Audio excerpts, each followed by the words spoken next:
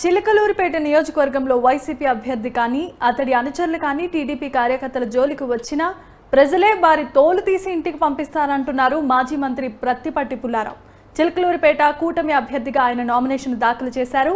కనీసం చిలకలూరిపేట నియోజకవర్గం సరిహద్దులు తెలియని వ్యక్తులు వచ్చి అది చేస్తాం ఇది చేస్తామంటే నమ్మడానికి ఇక్కడ ప్రజలు ఎంత మాత్రం సిద్ధంగా లేరన్నారు.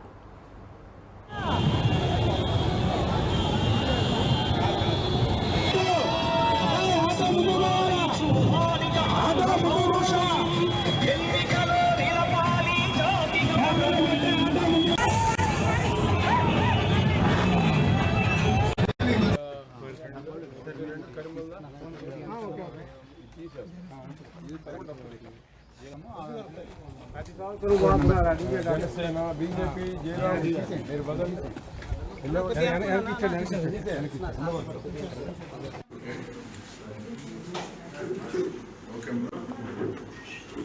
ప్రతిపాటి పుల్లారావు అను నేను ఆంధ్రప్రదేశ్ రాష్ట్ర చిలకలూరిపేట నియోజకవర్గ అభ్యర్థిగా నామినేట్ చేయబడి ఉన్నాను.